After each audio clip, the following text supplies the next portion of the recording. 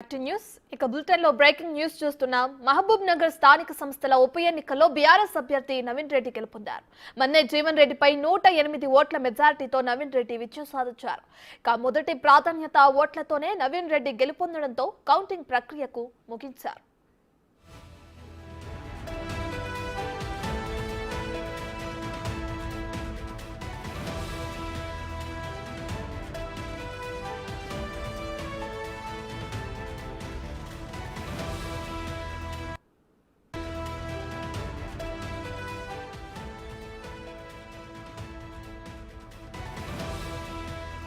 మహబూబ్ నగర్ స్థానిక సంస్థల ఉప ఎన్నికల్లో బీఆర్ఎస్ అభ్యర్థి నవీన్ రెడ్డి గెలుపొందారు.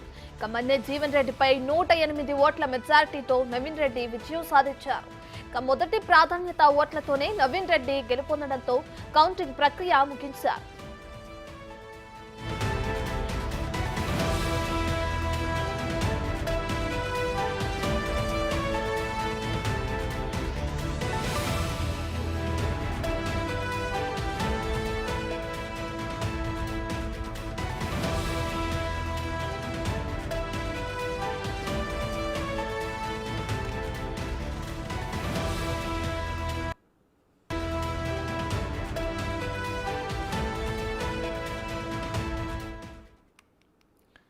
రైట్, ఇక స్థానిక సంస్థల ఉప ఎన్నికల్లో అటు మహబూబ్ నగర్ నుంచి బీఆర్ఎస్ అభ్యర్థి నవీన్ రెడ్డి 108 ఓట్ల మెజార్టీతో గెలుపొందారు. దీనికి సంబంధించి మరింత సమాచారాన్ని మా ప్రతినిధి శంకర్ అందిస్తారు. సో శంకర్, ఇక కాసేపట్లో అధికారికంగా ప్రకటించనున్నారు ఆర్ఓ ఈ విజయానికి సంబంధించి డీటెయిల్స్ ఏ విధంగా? మహబూబ్ నగర్ స్థానిక సంస్థల ఉప ఎన్నికకు సంబంధించి పూర్తి ఉత్కంఠకైతే తెరపడింది. మొత్తంగా ఈ రోజు జరిగినటువంటి కౌంటింగ్ ప్రక్రియలో బీఆర్ఎస్ పార్టీకి చెందినటువంటి నవీన్ కుమార్ రెడ్డి 109 ఓట్లతో కూడా విజయం సాధించినట్టుగా తెలుస్తుంది. మొత్తంగా అంటే కాంగ్రెస్ అభ్యర్థిగా ఉన్నటువంటి మన్నెం జీవన్ రెడ్డిపై 111 ఓట్లు అని అనుకుంటున్నారు.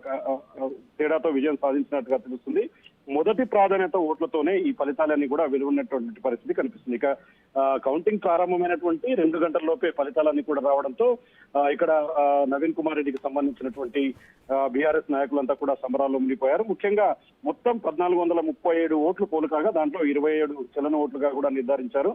దాంట్లో చెల్లిన ఓట్లలో దాదాపు 1416. దీంట్లో బీఆర్ఎస్ అభ్యర్థి నవీన్ కుమార్ రెడ్డికి 763, అదేవిధంగా కాంగ్రెస్ అభ్యర్థి జీవన్ రెడ్డికి 652. ఇక స్వతంత్ర అభ్యర్థి కూడా ఒక ఓటు పడడం జరిగింది. దీంతో బీఆర్ఎస్ అభ్యర్థిగా ఉన్నటువంటి నవీన్ కుమార్ రెడ్డి 109 ఓట్లతో కూడా ఘన విజయం సాధించినటువంటి పరిస్థితి కనిపిస్తుంది. మరికొద్దిసేపట్లో కూడా దీనికి సంబంధించి అధికారికంగా అనౌన్స్మెంట్ అయితే వెలువడే అవకాశాలు కనిపిస్తున్నాయి. మొత్తంగా ఈ ఉప ఎన్నిక స్టార్ట్ అయిన రోజు నుంచి ఇప్పటి వరకు కూడా పూర్తి స్థాయిలో పోటాపోటీగా బీఆర్ఎస్ వర్సెస్ కాంగ్రెస్ మధ్య పూర్తిగా ఒక ఆధిపత్య పోరు అనేది కొనసాగింది. ఎట్టకేలకు ఈ రోజు కౌంటింగ్ తో అయితే పూర్తిగా విజయం అయితే బీఆర్ఎస్ వరించిందని చెప్పవచ్చు.